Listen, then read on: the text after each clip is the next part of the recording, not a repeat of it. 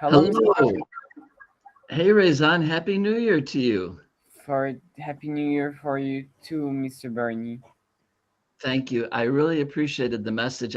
Was that your dad that sent me a message, or you, or Could be actually, I don't remember. okay. Well, it was. I got a very nice message, and I sure appreciated it. So it's been like 2 weeks since we've talked. So what have you been Yeah, doing? How are you? actually everything is fine.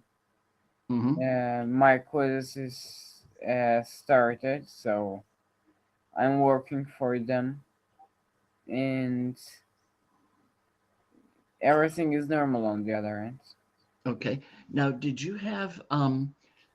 I thought maybe it was you telling me that you had some big tests coming up.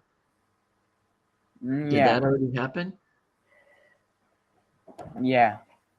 How did you do? They are fine actually. I passed them. Can you tell me about the English test? It's 95 or something. Okay. Okay.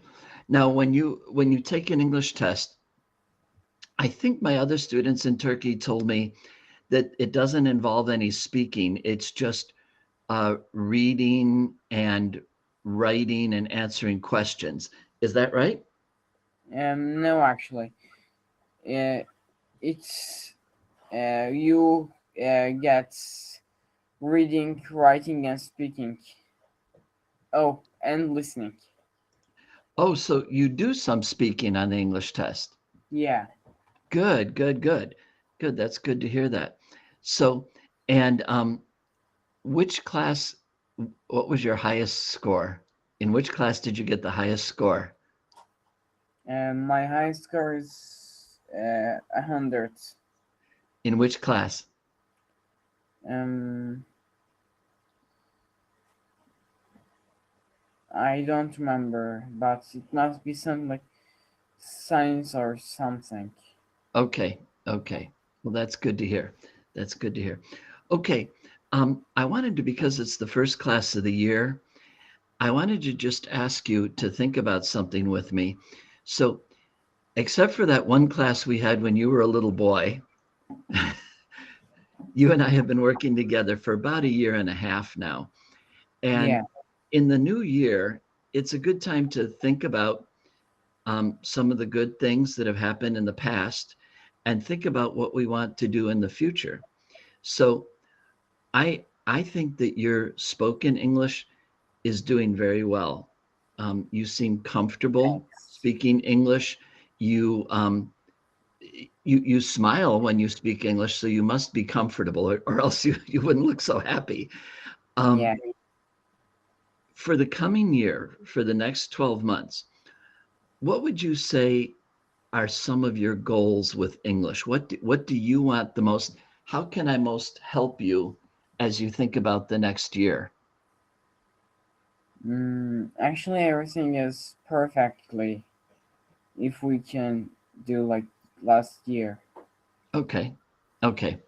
Good. I'm pleased too. I'm pleased too. Now, today for the word of the day, I want to do something a little bit unusual.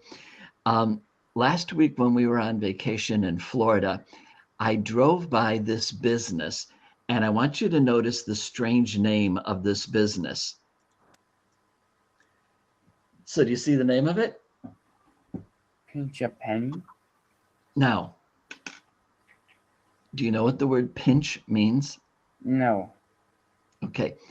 Pinch, I don't know if they do this in Turkey, but when my grandmother used to see me, she used to go like this. Oh, like that. When you close something between your, does your grandmother do that to you? Yeah. And she says, "Oh, my big boy, look how big you are," right? Yes. Grandmothers everywhere do that. My grandmother, my grandmother was tiny.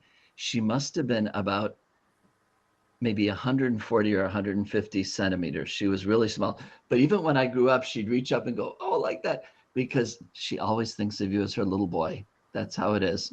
Yeah. Okay. So, anyways, that's pinch. And do you know what a penny is?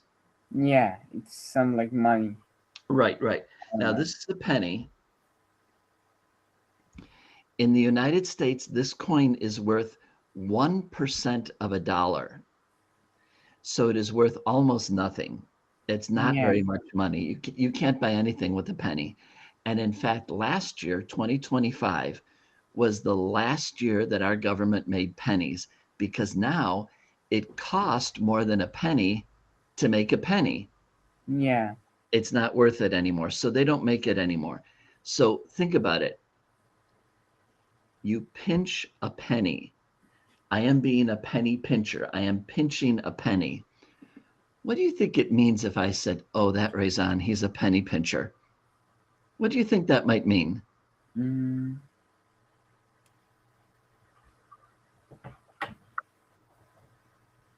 Actually, Just make a guess. What do you think it might mean?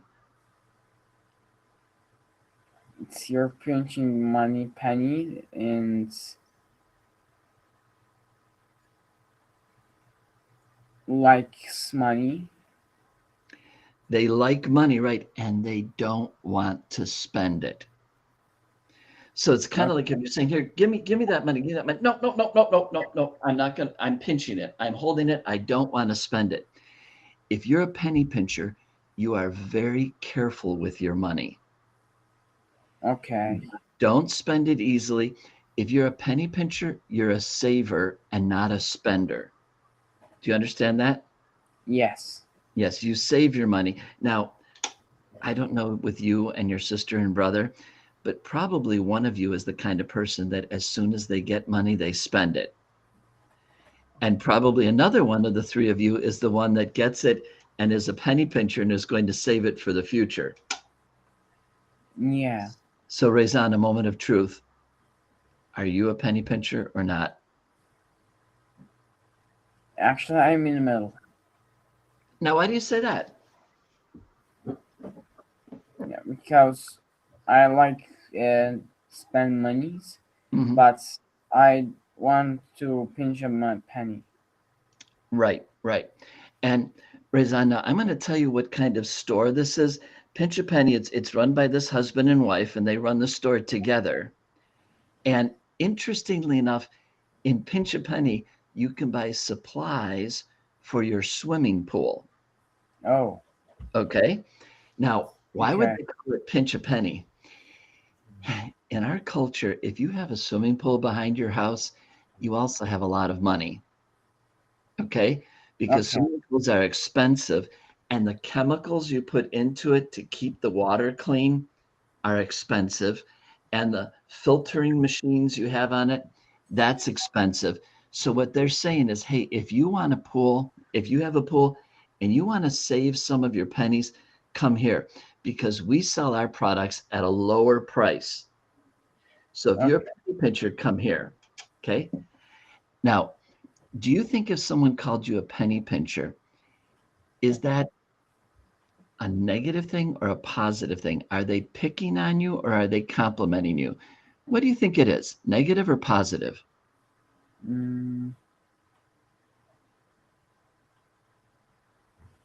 I think it's negative. Negative.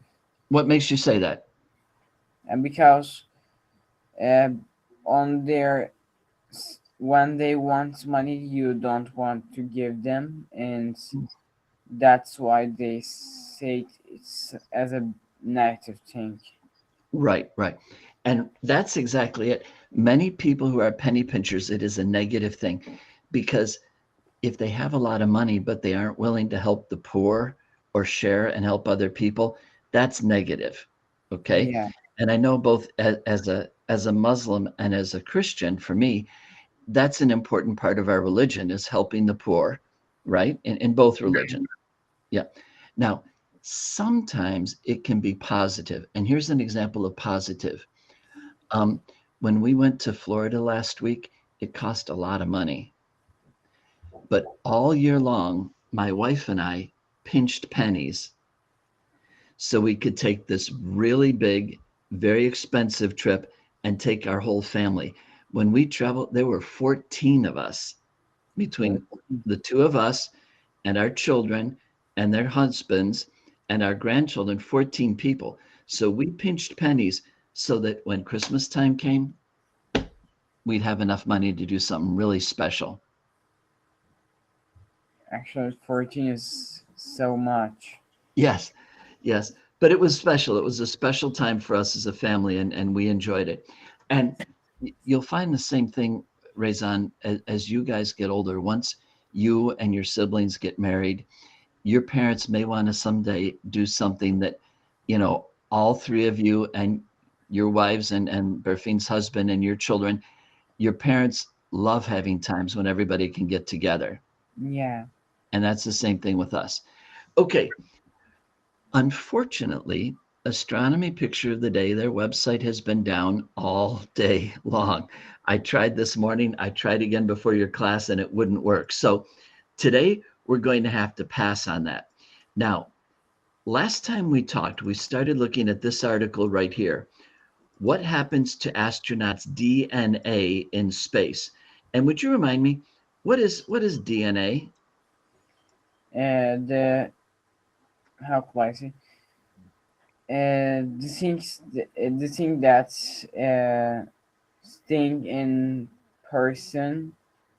It's so small and it's sounds like it's personalized. Okay.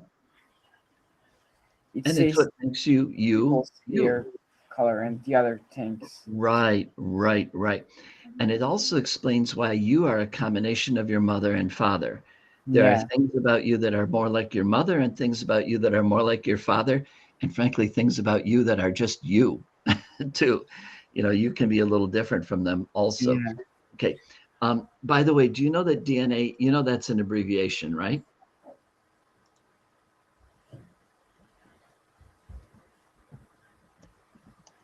Did you know that that's a abbreviation?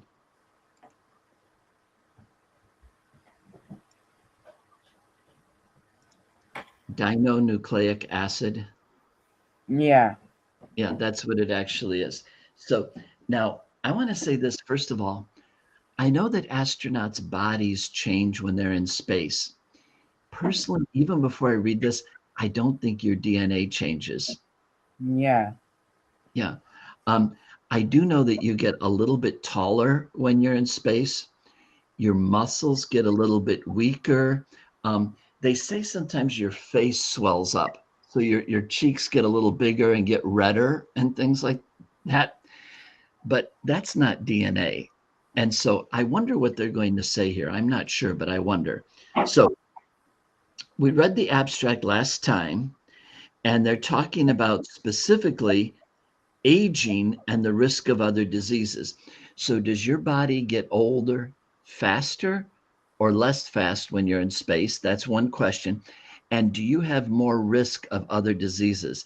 So, Rezan, if you were an astronaut in your 30s, when you're in your 50s, do you have a bigger chance of getting diabetes or getting cancer? Let's Mm, see. Okay. Introduction. Now, this introduction is pretty short, this first paragraph. So, would you read, have you ever wondered? have you ever wondered what's like to be an astronaut?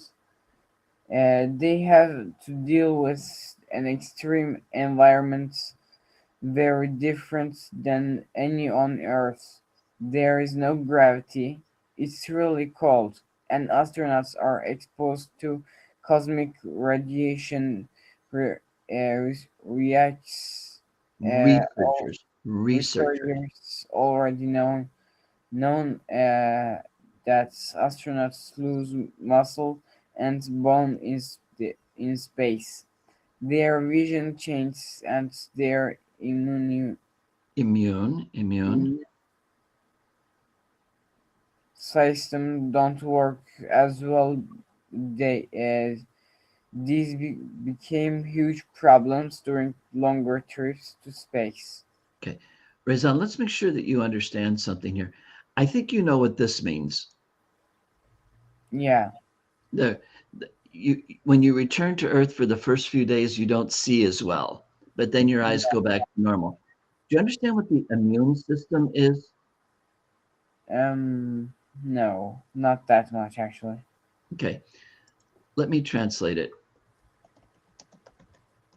Okay, What does that mean in Turkish?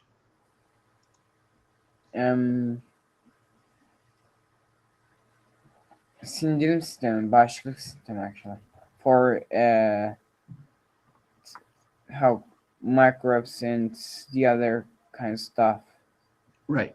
So you're okay.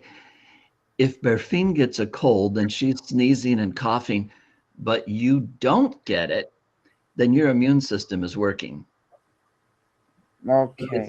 It protected you from that sickness. Okay? Okay. All right. All right. My turn to read. So remember that you read along silently while I read out loud, and I'll read along silently when you read. An astronaut's genome, or DNA, can determine how they respond to space. Changes to their DNA may lead to adverse health effects, but researchers don't have a good understanding of what actually happens to DNA in space. Studying telomeres may help. These are the end parts of the chromosomes that protect the ends of the DNA, like the plastic tips on the ends of shoelaces.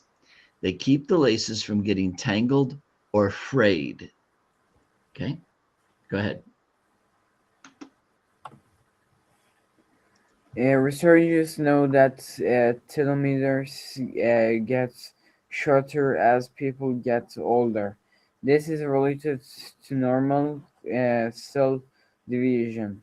Things like stress and smoking make telomeres shorter too. Unhealthy environments can also cause telomeres to shorter. For example, places with air pollution or radiation express the length of telomeres is linked on the risk of dementia.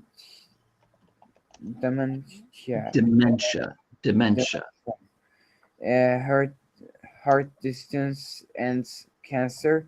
This makes them important to study for human health effects. Okay. Do you see I put dementia in the chat in Turkish? Yeah. Okay. And just so you know, this here where it says the word short, that's actually shorten. And shorten is a vowel. I'm sorry, is a verb. Okay. Oh. So short is an adjective. Oh, she is a short girl. Shorten means to make something smaller. Oh, I'm falling asleep. Let's shorten this class. Okay? So to make something shorter. All right. And also, I wanted to show you this right here. Telomeres are on the end of a DNA, and it protects the DNA like the plastic tips on shoelaces. This is what they're talking about. Got it. You see that? Yeah. These little tips help your shoelaces to last longer. Yes. Okay. And sometimes they're plastic. So this one has plastic tips. Sometimes, every now and then you still see these. Some of them are metal. Yeah. Now, your shoes that you're wearing, do they usually have plastic tips or do they usually have metal tips? Plastics. Okay. All right. Okay. Let's read just a little bit more and then we'll go on to our book for today. And this is something I really like because I read this book. In 2015, NASA did a study on the twin astronauts, Scott and Mark Kelly. Scott Kelly spent a year on the International Space Station, while Mark Kelly stayed on Earth. Researchers studied the twins' telomeres. Scott's telomeres increased in length while in space. His telomeres then quickly shortened when he returned to Earth. In fact, Scott's telomeres were shorter after the one-year mission than before he went into space. We will have to wait to see what impact this has on his health. Rezan, these two brothers are fascinating. They are identical twins. Do you understand what that means? Yeah. So exactly the same. Okay. And then they both became astronauts when they grew up. They both entered the Navy, became pilots, and became astronauts. And they both flew into space. But Scott Kelly stayed for a whole year in space while his brother stayed on Earth. And then when they returned, because identical twins have identical DNA, they were able to see how Scott's DNA had changed and how Mark's did not change. And so that was a fascinating study because, let's face it, two twins who are identical, both becoming astronauts, that's kind of unusual. Yeah. Okay. So do you have any friends who are identical twins? Not that much, actually. I have twin friends, but Okay. they aren't identical. Yeah. My brother is married to an identical twin. Oh. So his wife has an identical twin. And I want to tell you a funny story about it. So one of my brother's friends was at a Christmas party. And at the Christmas party, she saw my brother's wife, but she was with another man. Oh. And she was holding his hand and stuff like that. And this friend was just said, "Oh my gosh, I can't believe that she's hanging around with another man. That is so inappropriate." And she went to see my brother and said, I hate to tell you this, but I saw your wife and she's running around with another man. And he said, "No, she isn't." And I saw it. It's really true. It really happened.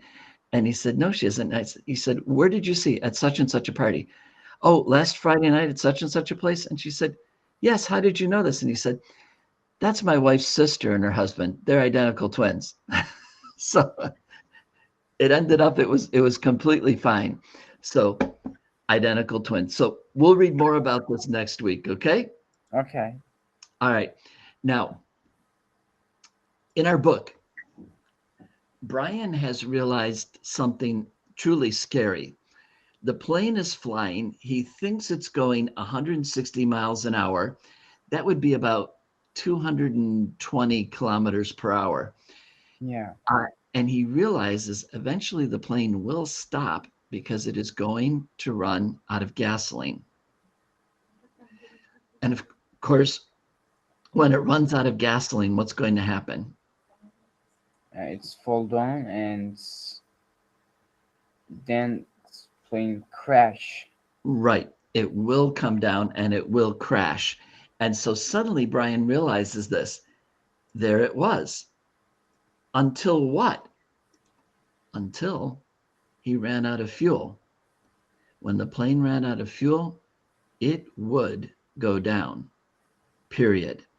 Now, do you understand when we say period what that means? Yeah. What does it mean? It's something like to be counted or something, if I'm not wrong.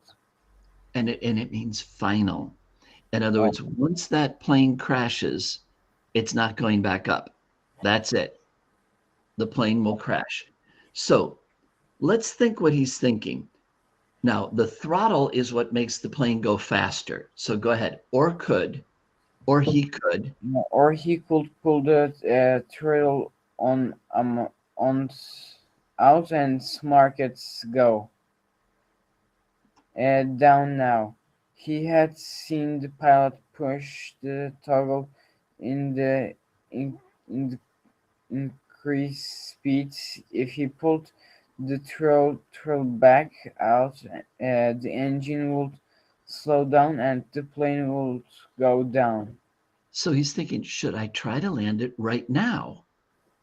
Let's see what he decides. Those were his choices. He could wait for the plane to run out of gas and fall, or he could push the throttle in and make it happen sooner.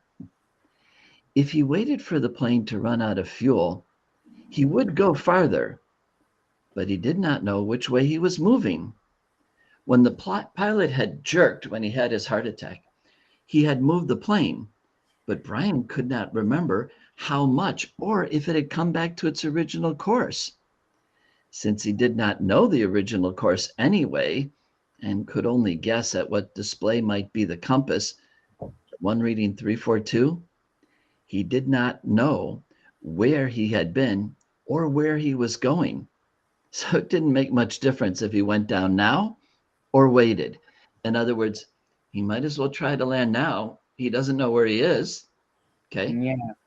Go ahead. Everything in him relapsed against stopping the engine and falling down. He had a Vague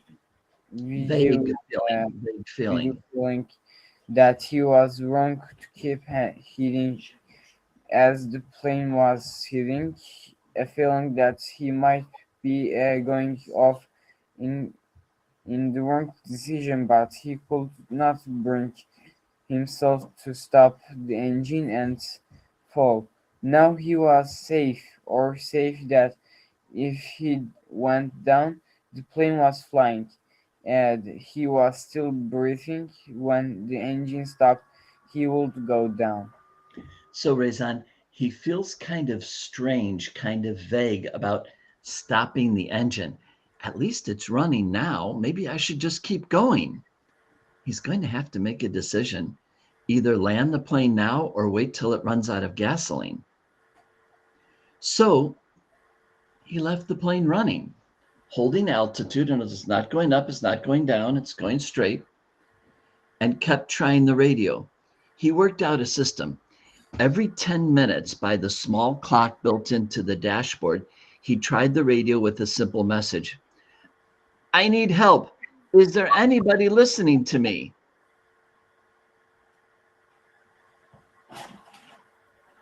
In the times between transmission, he tried to prepare himself for what he knew was coming. When he ran out of fuel, the plane would start down. He guessed that without the propeller pulling, he would have to push the nose down to keep the plane flying. He thought he may have read that somewhere, or it just came to him. Either way, it made sense. He would have to push the nose down to keep flying speeds, and then just before he hit the would have pull the nose back up and slow the plane as much as possible. So if my cell phone were the airplane, he's planning on putting the nose down to go down, and just before he hits the ground, he's going to pull up like this and try to scrape like that as he comes to a landing. It all made sense. Glide down, then slow the plane and hit. He would have to find a clearing as he went down, a place where there are no trees. The problem with that was that he hadn't seen one clearing since they started flying over forest. Some swamps, but they had trees scattered through them. No roads, no trails, no clearings. Now, Rezan, this part of Canada where Brian is flying does have kilometer after kilometer after kilometer of forests, very thick forests. And Brian realizes if you come down where there are trees, the trees will bash the plane apart and he's going to die. He's got to find a place to land. We'll see next week, okay? Okay, Mr. Ray. All right. Rezan, great to see you again. I'm glad to see you again. Great to see you again, too. Bye-bye. Good night. Bye. See you. Bye. Bye-bye.